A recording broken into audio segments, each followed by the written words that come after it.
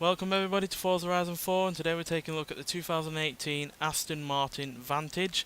Now this is based on the same architecture as the DB11 and replaces the older Vantage, which had been in production for 12 years.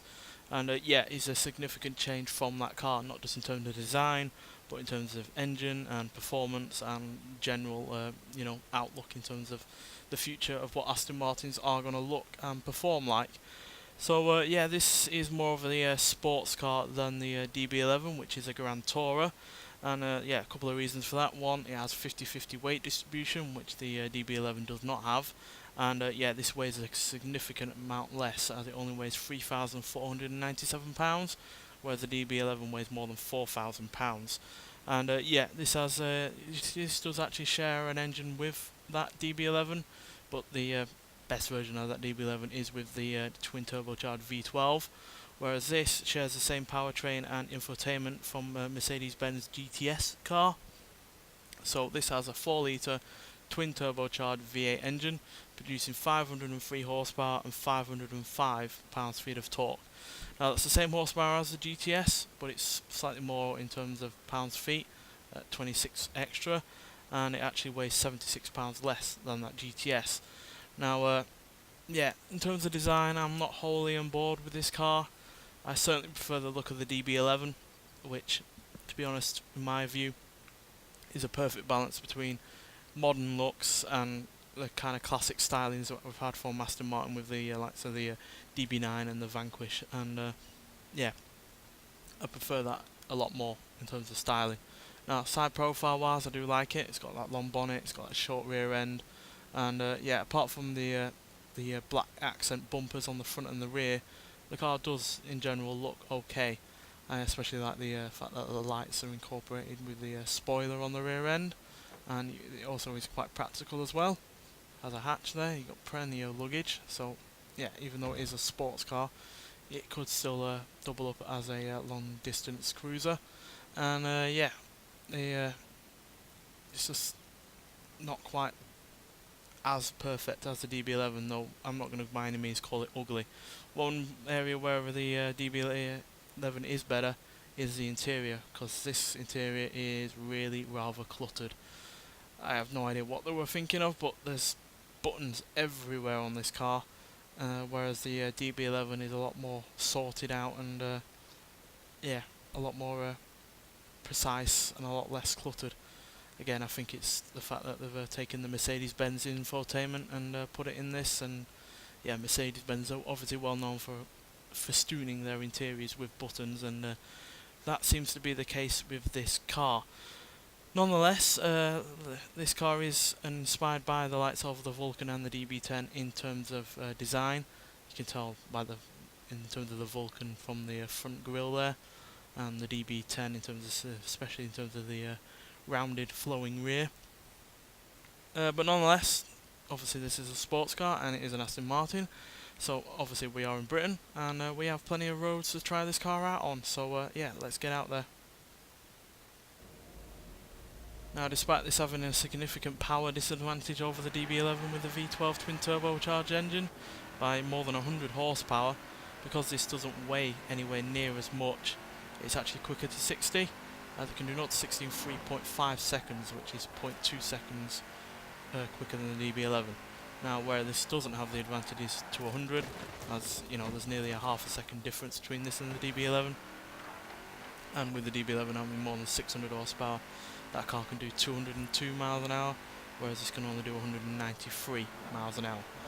So yeah, 8.4 seconds to 100 is still not, bad by any means, and it's certainly quicker than the Mercedes-Benz GTS, which is slightly slower to 100 and 0.1 of a second slower to 60.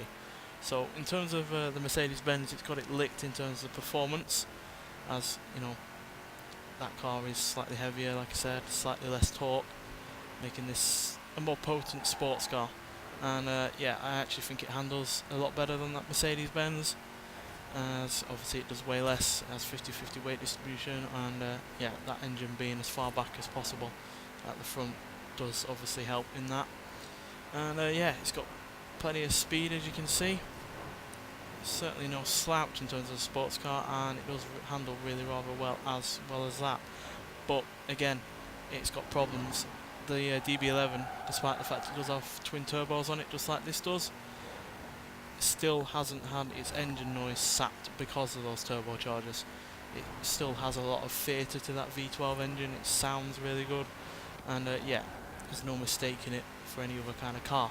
Whereas this, sharing the same engine as that Mercedes-Benz, doesn't quite have that kind of theatre to it, especially in comparison to previous V8 Vantages, which have had glorious sounding engines all the way from, you know, likes of the 70s to the 80s and then to the 90s, and then obviously with the last iteration of this car had a glorious sounding V8, and this just doesn't. Those turbochargers have really sapped a lot of the theatre and engine noise in this car, and yeah, I guess if they had designed it themselves, then it would have sounded a lot better, because obviously that V12 in the DB11 is Aston Martin's own engine, whereas this is Mercedes-Benz own engine. And yeah, Mercedes-Benz, though they do have plenty of other good, glorious sounding V8s, and even in the GTS it does sound fairly alright, in this, for whatever reason, it just doesn't sound as good.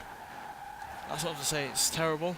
In certain parts of the rev range it does sound pretty decent, but those turbochargers have just kind of removed some of that, you know, potency that the V8 would have if it was normally aspirated.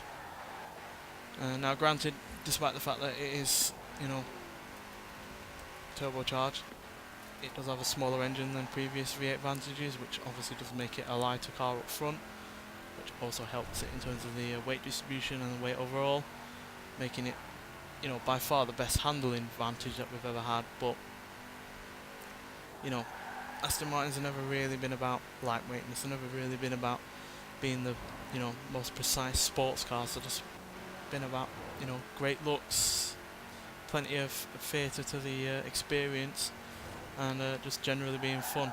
Now this car is fun when you get it right, unlike me, but outside of that it just lacks the overall charm of the DB11 and the previous iteration of the Vantage, as far as I'm concerned. And yeah, that does make it a little bit of a disappointment, but overall it is still a cracking sports car, and I'm sure most people won't have the same kind of problems as me. It's just that I'm a big fan of Aston Martin, have been with plenty of their cars beforehand, so I have high expectations for them, and it hasn't quite met them. Though overall, compared to other sports cars out there, it's certainly a not the run of the mill, that's for sure. And especially compared to other British sports cars out there, it's certainly a little bit more exciting and a little bit more fun than them. In particular against the likes of McLaren, which also have a car out with this car in the same week as the car pass, the 650S Spider, which I'm not going to review because for whatever reason you can't have the convertible aspect of that car out when you're racing around, so all it is a slightly heavier, slightly slower version of the standard 650 coupe.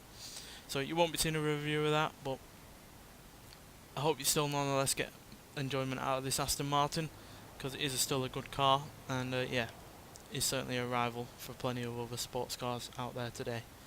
Nonetheless, thanks for watching, and I'll see you in the next one. Bye.